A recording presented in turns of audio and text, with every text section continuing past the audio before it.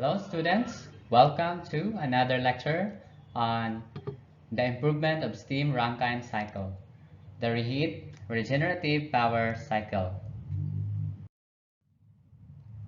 A 100 megawatt steam power plant that operates on an ideal reheat-regenerative Rankine cycle with one open feed water heater, one closed feed water heater, and one reheater.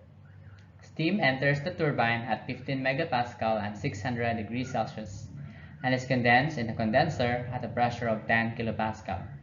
Some steam is extracted from the turbine at 4 megapascal for the closed feed water heater, and the remaining steam is reheated at the same pressure to 600 degrees Celsius. The extracted steam is completely condensed in the heater and is pumped to 15 megapascal before it mixes with the feed water at the same pressure. Steam for the open feed water heater is extracted from the low pressure turbine at a pressure of 0.5 megapascal. Determine the following quantities. In this problem, we are given with a power plant that is rated at 100 megawatts. This is an ideal reheat-regenerative Rankine cycle composed of one open feed water heater, one closed feed water heater, and one reheater. The boiler pressure is 15 megapascal, and steam enters the turbine at 600 degrees Celsius. The condenser pressure is also given, and that is 10 kilopascal. It is also given in the problem that some steam is extracted at 4 megapascal for the closed feed water heater, and the remaining steam is then reheated at the same pressure, which is also 4 megapascal to 600 degrees Celsius. It states here that the extracted steam is completely condensed in the heater and is pumped to the 15 megapascal pressure of the boiler. So what happened here is that after going through the closed feed water heater, it is being pumped. We did not use the steam trap to eliminate the liquid condensate from the closed feed water heater. But before entering the boiler, it mixes first with the feed water at the same pressure of 15 megapascal. Also, for the open feed water heater, the steam is extracted from the low pressure turbine at 0.5 megapascal. So this is the equivalent schematic diagram of that given problem. So you can see here that at point 9, the steam enters at 50 megapascal and 600 degrees Celsius in the high pressure turbine, wherein the steam here is reheated. It expands and then reheated to the steam generator.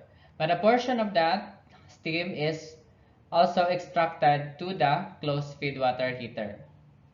The remaining, which is equivalent to 1 minus y, is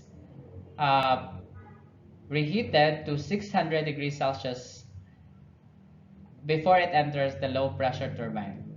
In the low pressure turbine, it's also stated in the problem that some steam is also extracted for the open feed water heater at 0.5 megapascal, while the remaining is condensed to the condenser pressure of 10 kilopascal.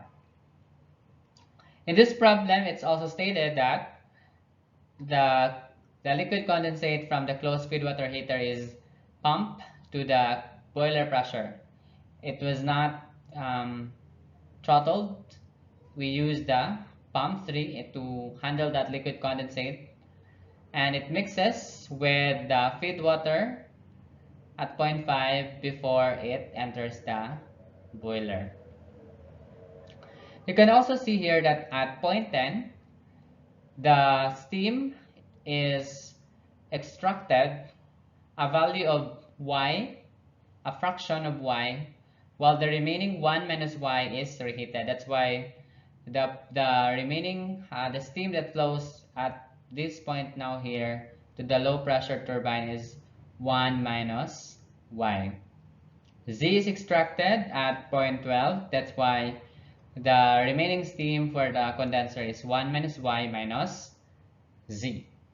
So this is the equivalent TS diagram for this problem. So we can see here the different points based on this schematic diagram. So first, starting at point 1, where it leaves the condenser as saturated liquid, then it is being pumped for pump 1 to a pressure of 2, which wherein it become a subcooled liquid now at point 2. Then it enters the open feed water heater, and it leaves at point 3 as a saturated liquid at the pressure of that open feed water heater, which is 0.5 megapascal. Then it also undergoes another pumping from process 3 to 4. That's why we have here process 3 to 4 is pumping. And this pumping process from 3 to 4 is in such a way that it will reach the pressure of the condenser. That's why at point 4, the pressure now here is 15 megapascal. So it belongs now to this constant pressure line of the boiler. Then since it passes through the closed feed water heater, it increases its temperature to 0.5. That's why we can see here there's an increase also of temperature to 0.5.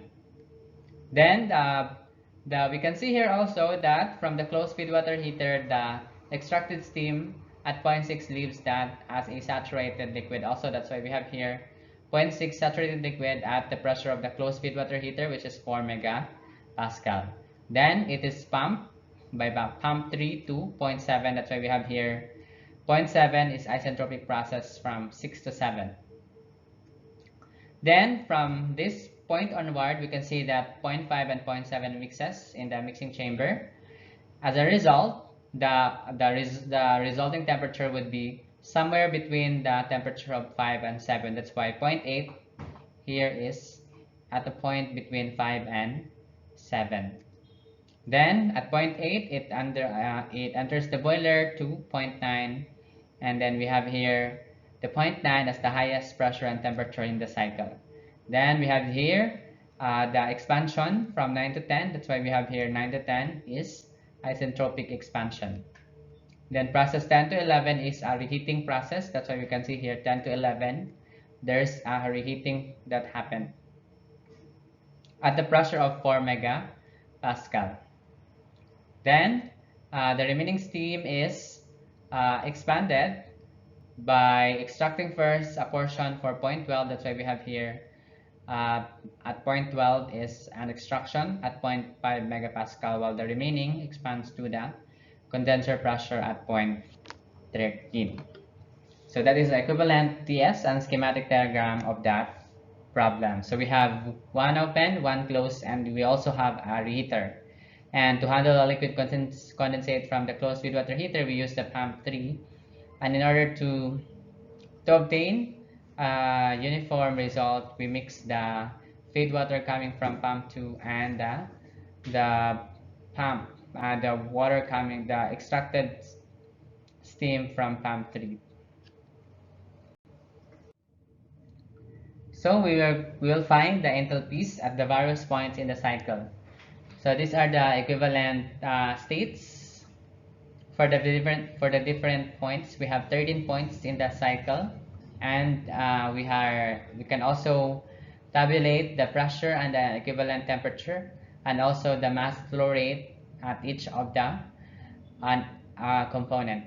We can find that at point 10 we have M, My, and M1 minus Y, because at point 10 it's actually composed of the portion that enters the reheater that is equivalent to M1 minus Y. Whereas we also extracted from point 10 Y, that's why we have My. And we also have at point 10 where the portion here where we still did not do the reheating and extraction, that's why we have M. So first we're going to get the temperature, entropy, and enthalpy for point 1 by using the software. At saturated liquid and 10 kilopascal, we can obtain the different quantities. Since process 1 to 2 is a isentropic process, we can get also the entropy at point 2 and subsequently get the remaining unknown quantities, since we already have 2 known quantities. Point 3 is also saturated liquid, so we can also get the different quantities for point 3. Process 3 to 4 is isentropic process. That's why we can get the entropy at point 4 and also the remaining quantities. Now at point 5, we can see that this is the portion here where it leaves the uh, where the feed water is being heated as it passes through the closed feed water heater. At point 5, we can see that this is a subcooled liquid and we are given with only one property, and we do not have another quantity yet that we can use to get point 5. That's why we will still leave that, and we'll go first to point 6. At point 6, this is saturated liquid and at the pressure of 4000 kilopascal. So we can get already the quantities. And process 6 to 7 is isentropic process, so we can get also the properties at point 7. And we can find here that we already have the temperature at point 6. We all know that in a closed feed water heater, the temperature of the liquid condensate leaving and also the temperature of the feed water leaving is the same. That's why temperature at point 5 and point 6 would be the same. That's why we will just copy this value here to our point 5. And since we already have two quantities, we can get already the unknown quantities. And then for point 8, we cannot get that value yet because it is somewhere between 5 and 7. And we do not have yet any, we only have one quantity known yet for point 8. That's why we cannot get that first. So we'll proceed with point 9. At point 9, we have two quantities known, so we can get the remaining quantities. And then we have process 9 to 10 is isentropic process. That's why we can get the property at point 10. Point 11 is a superheated vapor. We're given with the pressure as well as the temperature, so we can get the enthalpy and entropy at point 11. And then point 11, 12, and 13 is isentropic process, so we can get also the quantities for those points. So that is how we can get the different enthalpies at the different points except for point 8. Now what we are going to do is to get the fraction of steam extracted from the turbine. First, we're going to get the value of the extraction for the closed feed water heater, which is the value of y. So we're going to do an energy balance for the closed feed water heater to get the value of the extracted steam, which is y.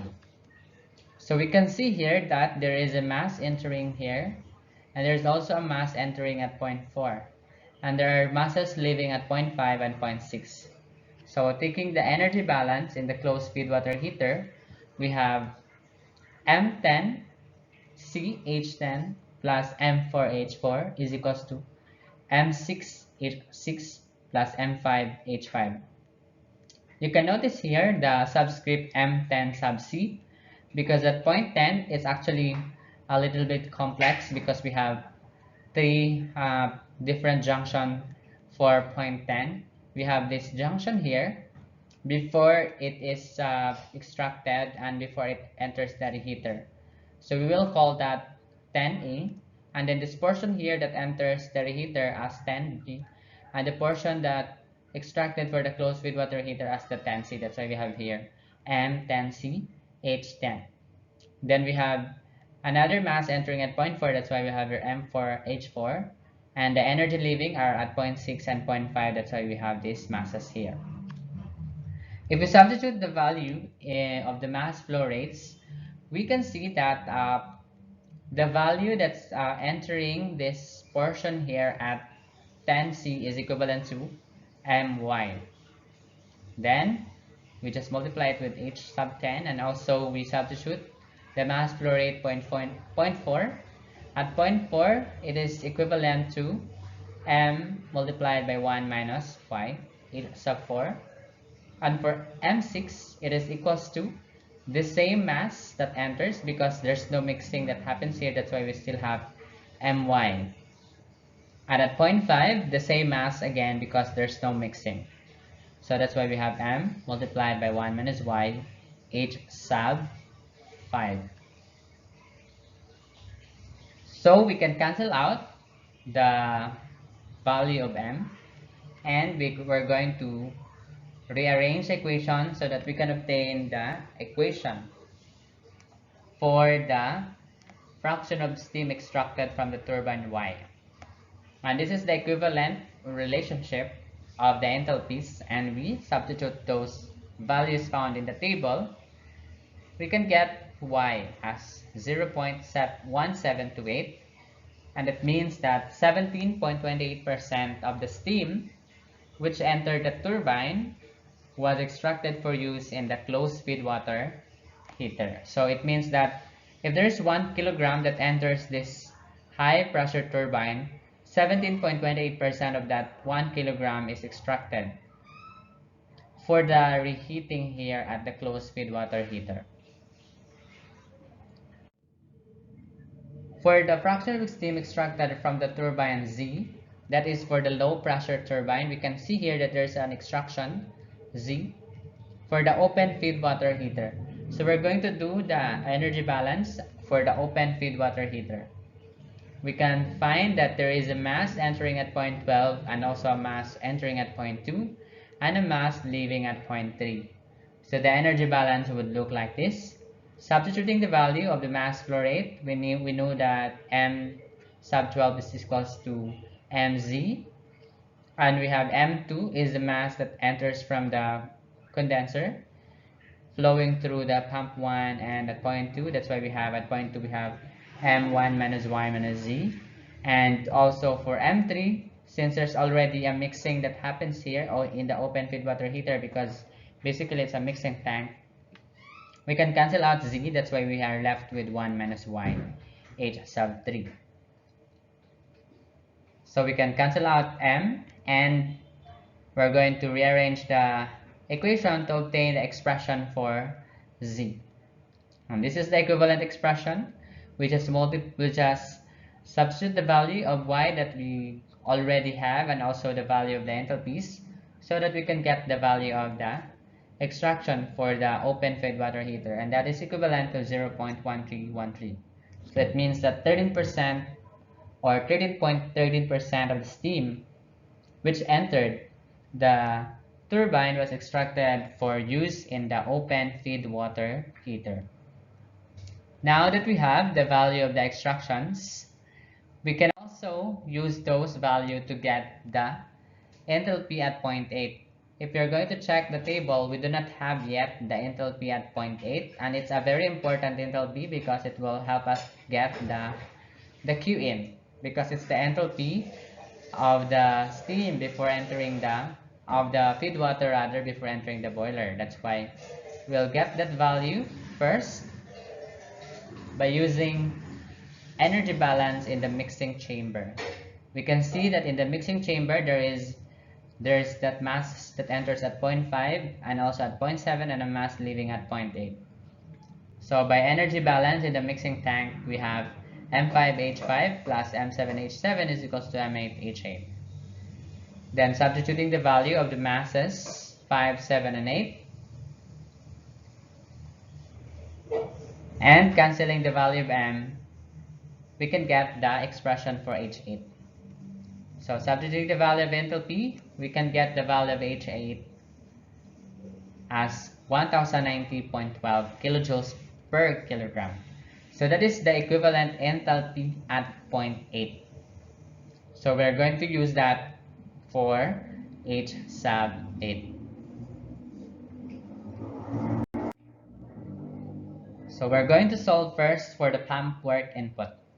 Using energy balance for the pump 1, 2, and 3, energy in is equals to energy out, we will obtain this expression.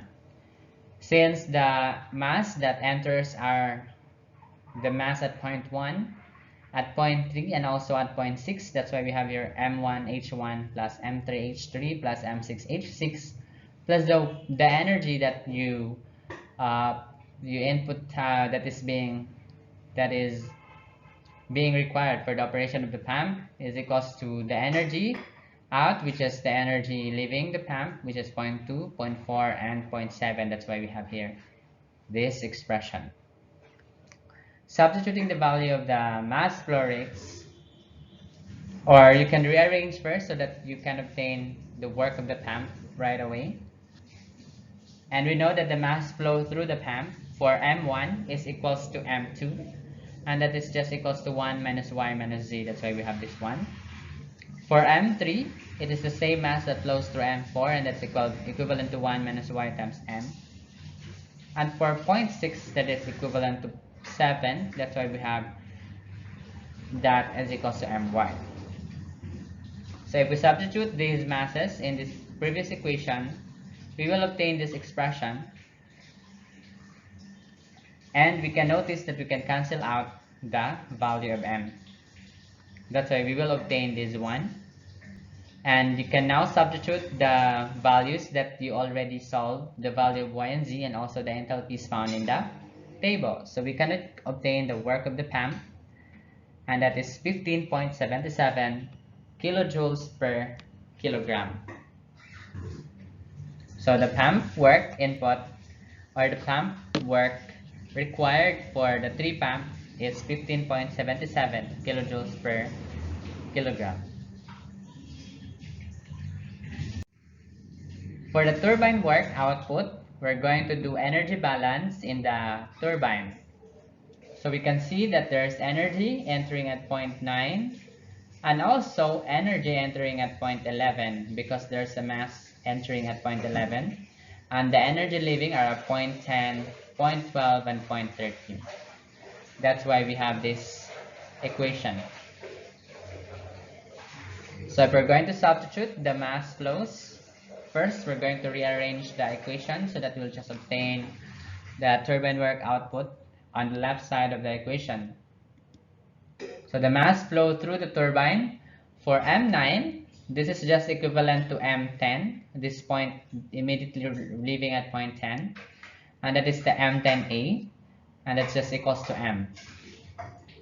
For M11, that is equivalent to this mass that enters here at 0.11, that is just equals to M multiplied by 1 minus y. At 0.12, that is equals to mz, and 0.413, that is equal to 1 minus y minus z times m. So there should be m here. So substituting those mass flow rates in the equation, we will obtain this one. And we can cancel out m so that we will obtain this equation. So if you substitute the value of the enthalpies found in the table, we will obtain the work of the turbine as 1,448 kilojoules per kilogram. So the turbine work output is 1,448 kilojoules per kilogram.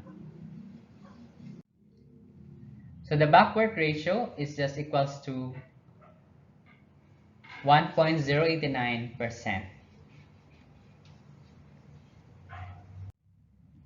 For the net work output, that is just the difference between the turbine work output and the pump work input, and that is 1,432 kilojoules per kilogram. For the mass flow rate of steam through the boiler, take note that this is the mass flow at 0.8 and 0.9 and also at 0.10A. That is just equivalent to work net divided by power output divided by work net output.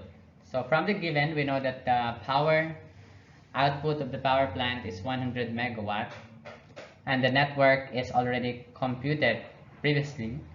So we'll just substitute those values and we can solve for the mass flow rate. So the mass flow rate is 69.83 kilograms per second. So the boiler produces 69.83 kilograms of steam per second. For the total heat input, we're going to do energy balance in the boiler and the reheater system. So the energy entering are 0.8 and also 0.10B. And then we have also the heat input by the combustion. And the energy on the right side of the equation, we have 0.9 and 0.11. That's why we have this one. So substituting the value of the mass flow rates Rearranging the equation so that we can get Q in, and substituting the value of the enthalpies and also the value of the extractions, we can get Q in as 2,924 kilojoules per kilogram. So that is the total heat added by the steam generator, which means it's the combination of the primary reheating process and also the reheating process, because this involves reheating. For the total heat rejected, that is equivalent to the energy balance in the condenser, and that is just simply this equation. Substituting the value, we can get also the total heat rejected in the condenser. So the thermal efficiency is just work net over Q in, and that is equivalent to 48.97%. So 48.97% of energy produced by the steam generator is converted into a useful work output. So this is a good thermal efficiency if we compare it with the thermal efficiency that we obtained from previous designs. The heat rate can also be computed, and that is 6,968 BTU per kilowatt hour. So that means that the amount of heat required in the steam generator to produce 1 kilowatt hour of energy is 6,968 BTU. So that is how you can solve this problem. You can also use the same analysis of doing energy balance and mass balance if there will be modification in the design. So this is just for you to appreciate how to use the energy balance and the mass balance to solve reheat regenerative Rankine cycle. So that's it. Hope to see you in our next video.